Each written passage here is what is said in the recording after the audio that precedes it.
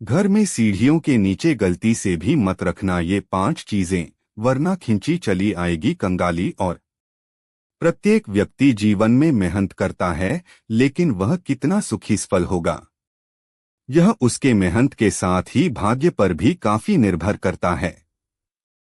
धार्मिक विद्वानों के मुताबिक हमारे भाग्य के निर्माण में वास्तुशास्त्र की अहम भूमिका है। अगर हम वास्तु नियमों का ध्यान करके घर का निर्माण करवाते हैं, तो इससे परिवार में सुख समृद्धि का आगमन होता है। वहीं नियमों के उल्लंघन पर कंगाली को घर में दस्तक देते देर नहीं लगती और बीमारियां परिवार को घेर लेती हैं। आज हम आपको उन 5 चीजों के बारे में बताने जा रहे हैं, जिन्हें भूलकर भी घर की सीढ़ियों के नीचे नहीं रखना चाहिए, वरना अनर्थ होते देर नहीं लगती। परिजनों की तस्वीरें। काफी लोग घर की सीढ़ियों के नीचे खाली जगह दिखने पर वहां फैमिली के लोगों की तस्वीरें लगा लेते हैं। वास्तुशास्त्र के अनुसार ऐसा करना गलत है। इस तरह सीढ़ियों के नीचे परिवार के लोगों की तस्वीरें लगाने से घर में कलह होनी शुरू हो जाती है, जिससे परिवार बिखर जाता है। कूड़े का डस्टबिन। वास्तुशास्त्र के अनुसार घर की सीढ़ियों के नीचे कभी भी कूड़ेदान नहीं रखना चाहिए। इससे घर में नकारात्मक ऊर्जा का प्रवाह बढ़ जाता है, जिसका असर परिवार के लोगों की सेहत और समृद्धि पर होता है। लिहाजा इससे बचना चाहिए। न बनाएं शौचालय। घर की सीढ़ियों के नीचे भूलकर भी शौचालय या रसोई घर नहीं बनाना चाहिए। वास्तुशास्त्र के मुताबिक ऐसा करने से घर में अनेक समस्याएं शुरू हो जाती हैं और बीमारियों का आगमन हो जाता है। सीढ़ियों के नीचे मंदिर। कई लोग सीढ़ियों के नीचे खाली जगह देखकर वहां पर मंदिर स्थापित कर देते हैं। ऐसा करना घोर अशुभ माना जाता है। ऐसा करने पर सीढ़ियों से चढ़ उतर रहे लोगों के जूतों की धूल मंदिर पर गिरती है, जिससे देवताओं का अपमान होता है। आभूषण वाली अलमारी। सीढ़ियों के नीचे आभूषण वाली अलमारी नहीं रखनी चाहिए।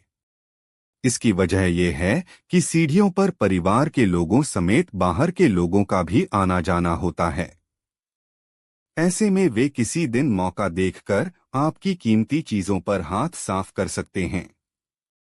न रखें ये चीजें।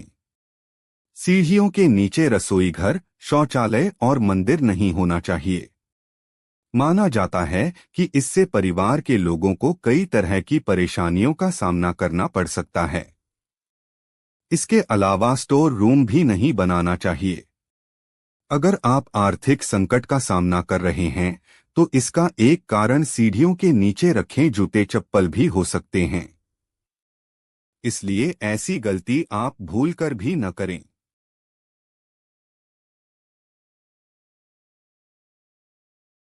आप इस बात का भी विशेष ध्यान रखें कि सीढ़ियों के नीचे की खुली जगह होनी चाहिए। माना जाता है कि सीढ़ियों के नीचे की खुली जगह होने से बच्चों को उच्च शिक्षा प्राप्त करने में मदद मिलती है। सीढ़ियां सदैव साफ होनी चाहिए। गंदी सीढ़ी होने से घर में नकारात्मकता का आगमन होता है। वास्तुशास्त्र के अनुसार सीढ़ियां बनवाने के लिए दक्षिण पश्चिम दिशा शुभ होती है। किसी दूसरी दिशा में सीढ़ियां बनवाने से बचना चाहिए, क्योंकि ऐसा माना जाता है कि इससे घर के मालिक को वित्तीय नुकसान झेलना पड़ता है। रात्रि में कपड़े बाहर न सुखाएं। प्रचलित मान्यताओं के अनुसार रात्रि में नकारात्मक ऊर्जाएं भ्रमण करती हैं। भ्रमण के दौरान ये अपनी ऊर्जा सूखते हुए कपड़ों में छोड़ देती हैं। जब हम उन कपड़ों को पहनते हैं, तब उन आत्माओं की दूषित या नकारात्मक ऊर्जा हमारे लिए दुर्भाग्य लेकर आती है। कूड़ेदान को हमेशा ढक कर रखें। कूड़ेदान नकारात्मक ऊर्जा उत्पन्न करने का प्रमुख स्रोत होता है।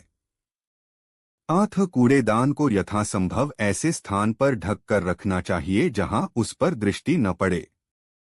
दरवाजों के ऊपर कैलेंडर न लटकाएं। मुख्य द्वार पर टंगा कैलेंडर घर के सदस्यों की आयु पर बुरा प्रभाव डालता है। घर में नुकीली वस्तुएं जैसे कैंची, छुरी, कांटे, चाकू, पेचकस आदि को खुले स्थान पर नहीं रखना चाहिए। जहां पर ऐसा होता है वहां पर क्लेशपूर्ण वातावरण बन जाता है। अब आइए जानते हैं घर में सुख समृद्धि के लिए घर में कौन सा उपाय करना चाहिए। हर इंसान चाहता है कि उसके घर में सुख व शांति बनी रहे, इसके लिए वह लगातार मेहनत करता है ताकि न केवल वह अपने जीवन में तरक्की करे बल्कि अपने परिवार को खुश रख सके। अगर हम रोजमर्रा के जीवन में कुछ आसान बातों का ध्यान रखें तो पैसों से जुड़ी परेशानी खत्म हो जाती है और घर में सुख समृद्धि बनी रहती है। इन उपायों के करने से घर और मन में नकारात्मक ऊर्जा दूर हो जाती है। आइए जानते हैं कुछ ऐसे ही उपाय। ज्योतिष के अनुसार सुबह कुल्ला किए बिना पानी अथवा चाय का सेवन नहीं करना चाहिए। साथ ही जूठे मुंह मंदिर नहीं जाना चाहिए और आग भी नहीं जलानी चाहिए। ऐसा करने से दिन की शुरुआत अच्छी होती है और आपके काम बनने लगते हैं। इस ओर मुख करके करें पूजा। घर में रोज सुबह स्नान आदि कार्य करके पूजा पाठ करना चाहिए, भले ही कम समय के लिए क्यों ना करें। हमेशा धूप दीप जलाकर पूर्व या उत्तर की ओर मुख करके अपने इष्ट देवों का ध्यान करें। अवश्य लगाएं तुलसी का पौधा। घर में तुलसी का पौधा अवश्य लगाएं व उसे रोज जल दें। ऐसा करने से लक्ष्मी का आगमन होता है। शास्त्रों में तुलसी को पूजनीय और देवी के समान बताया गया है। इसके लगाने से घर में सुख शांति का वास होता है और वास्तु दोष भी ठीक रहता है।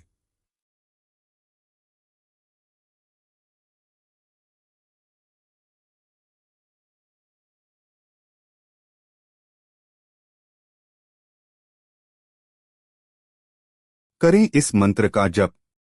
रोज पूजन के समय एक तांबे के लोटे में पानी भरकर उसमें थोड़ा गंगाजल मिलाकर पूजा स्थल पर रखें व पूजन उपरांत जल के छींटे पूरे घर में लगाएं। साथ ही सुख शांति की कामना करें। लोटे से सूर्य को जल देते समय ओम आदित्य नम का 9 बार जप करें। इस दिशा में मुख करके खाएं।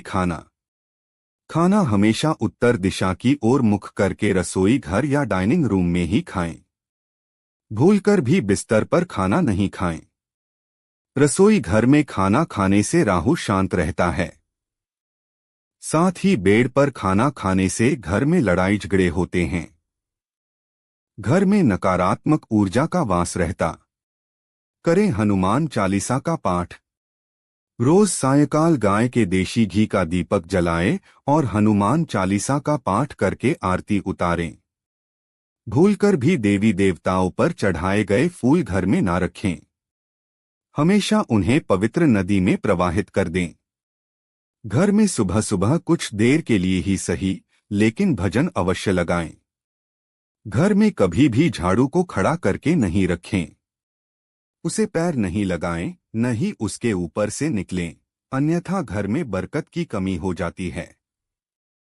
बिस्तर पर बैठकर कभी खाना न खाएं, ऐसा करने से बुरे सपने आते हैं। जब भी भोजन बनाएं, पहली रोटी गाय के लिए निकालें। पूजा का समय सुबह 6 से 8 बजे के बीच होना चाहिए। पूजा भूमि पर आसन बिछाकर पूर्व या उत्तर दिशा की ओर मुंह करके बैठकर करनी चाहिए। पूजा घर में सदैव जल का एक कलश भरकर रखें। धूप, दीप, आरती, पूजा अग्नि जैसे पवित्रता के प्रतीक साधनों को मुंह से फूंक मारकर न बुझाएं। घर के मुख्य द्वार पर दाईं तरफ स्वस्तिक बनाएं। मंदिर में धूप, अगरबत्ती व हवन कुंड की सामग्री दक्षिण पूर्व में रखें। घर में कभी भी जाले न लगने दें, अन्यथा घर में राहु का असर रहेगा। शाम के समय न सोएं। रात्रि में सोने से पहले अपने इष्ट देव का स्मरण अवश्य करें। घर के मध्य भाग में जूठे बर्तन साफ करने का स्थान नहीं बनाना चाहिए। प्रतिदिन प्रातः, सुबह और शाम के समय पूजन करने के दौरान कपूर जलाकर पूजा घर में आरती करने के साथ ही घर के अन्य सभी कमरों, आंगन आदि में भी दिखाना चाहिए। इससे पूरे घर का वातावरण सकारात्मक बनता है, जिससे परिवार के सदस्यों के बीच तालमेल अच्छा करने में मदद मिलती है। प्रतिदिन रात में जब परिवार के सभी सदस्य खाना खा लें तो रसोई की साफ सफाई करने के बाद चांदी की छोटी सी कटोरी में कपूर जलाकर रसोई में दिखाना चाहिए। मान्यता है कि इससे अन्न और धन में बरकत बनी रहती है। इसके साथ ही परिवार के सदस्यों की सेहत पर भी सकारात्मक प्रभाव पड़ता है। प्रतिदिन रात में जब परिवार के सभी सदस्य खाना खा लें तो रसोई की साफ सफाई करने के बाद चांदी की छोटी सी कटोरी में कपूर जलाकर रसोई में दिखाना चाहिए। मान्यता है कि इससे अन्न और धन में बरकत बनी रहती है। इसके साथ ही परिवार के सदस्यों की सेहत पर भी सकारात्मक प्रभाव पड़ता है।